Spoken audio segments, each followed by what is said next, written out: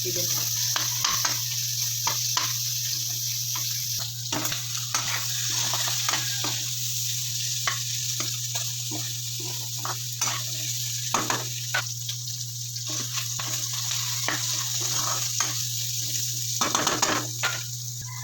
Unahin na natin yung kalabasa.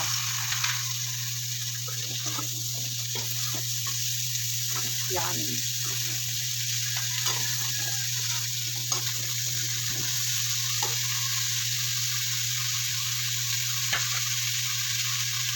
Para mayroon naman siyang alas.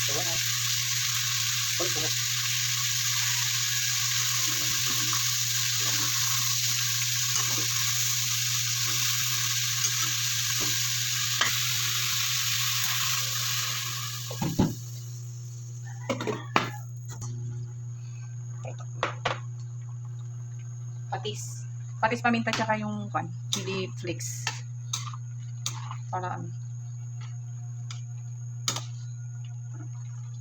Para maluto yung patis. Yan. Half ko pa yata itong kalabasa agad. Lagyan na tayo. Lagyan na natin yung ating palang sigarilyas at sitaw.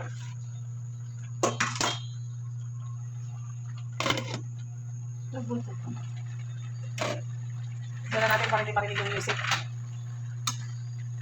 Yan. Luto na yung gulay natin. Ilagay na natin yung last part. Ang last part? Last gulay. Gulay.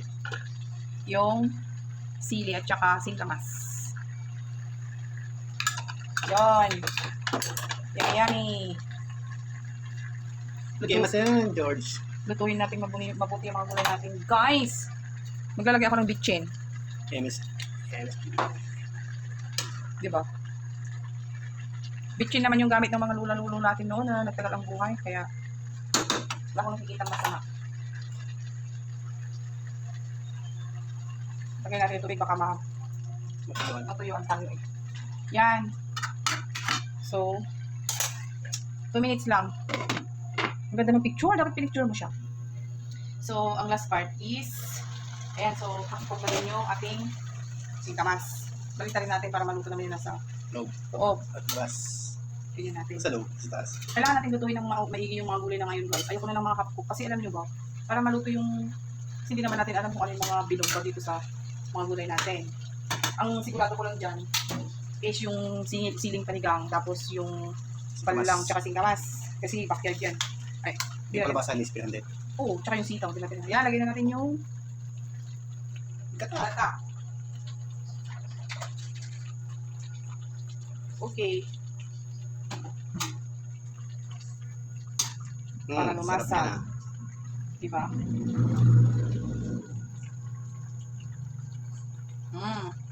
Binat ang gulay na. Hindi ko lang tatakpan ito kasi bubulwak. Luto naman na yung gulay. Ay! Binat ang gulay. Wait lang guys. Naburak na yung natin. Naburak na yung ating Na-overcook na. kalabasa. Pero okay lang yan. Pero huwag mo nga. Kakain mo pa rin naman yung Huwag mo nang haluin. Hindi nga. Takpan. Ay, ano pinatangin mo ulit? I-picture mo ulit. Mas masarap sana ito pag shrimp. Pero wala namang shrimp. Kaya karaming baboy nilagay natin. Ayun yun. Teka pa rin. Yeah. Wala, malapit Huwag naman mong ito. i-zoom kasi pag pinapaikot. Wala, malapit naman ito. Magalaw yan pag nakasunod na pinapaikot. Takpan na yan. Wait. Okay, 1 minute na lang. Done na. Matik. Okay na to. Okay na. So, patayin na natin ang ilaw. Thank you for watching, guys. Bye. Ginataang gulay. Go. Tak.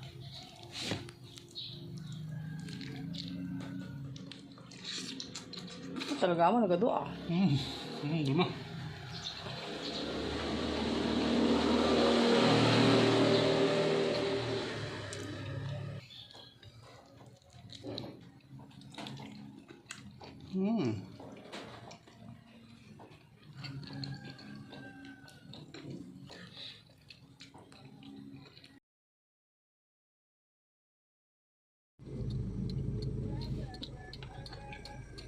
si Dam.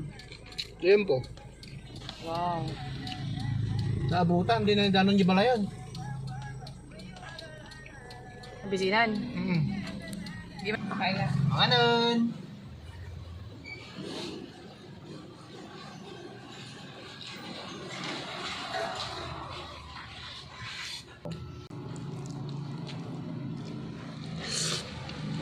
lang sila sa irigasyon. Na matagal na nilang ipinaglalaban yan, ha? O kailangan matulungan ng mga magsasaka at malagyan ng karampatang irigasyon ang mga sakahan, pero hindi pa rin yan nagagawa. Kasi maliit lang ang pondo ng gobyerno sa Department of Agriculture. Ikumpara sa ibang pondo, ha, ang budget na inilalaan sa agriculture ay maliit lamang. Yung iba nawawala pa. Correct. Diba? Kaya ayan, hindi sila makakapagtanim ng dire-diretso. Ay, ang yaman-yaman pa. So, kayo po ba nung bata pa lang kayo, yan ang kinalakihan niyong trabaho sa pamilya ninyo? Opo. Wala pa sa inyong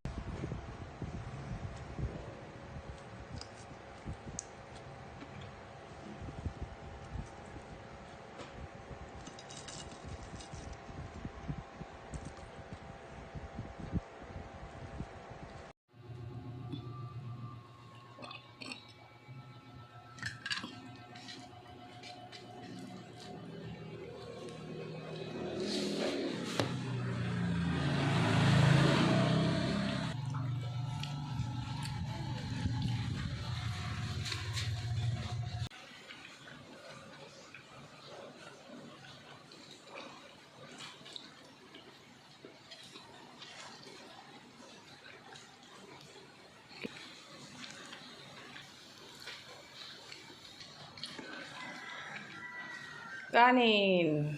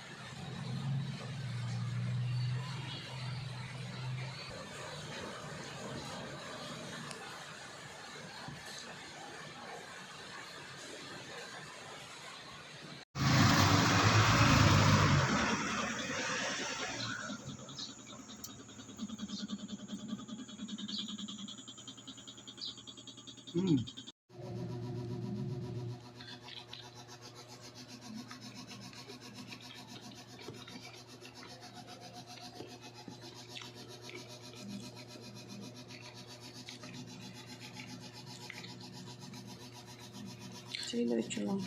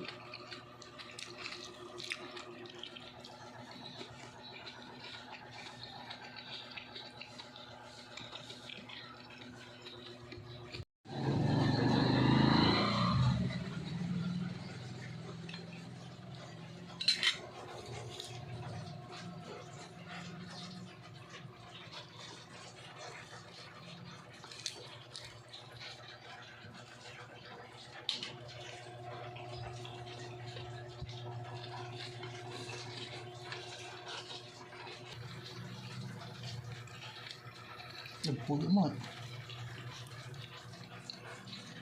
Ito.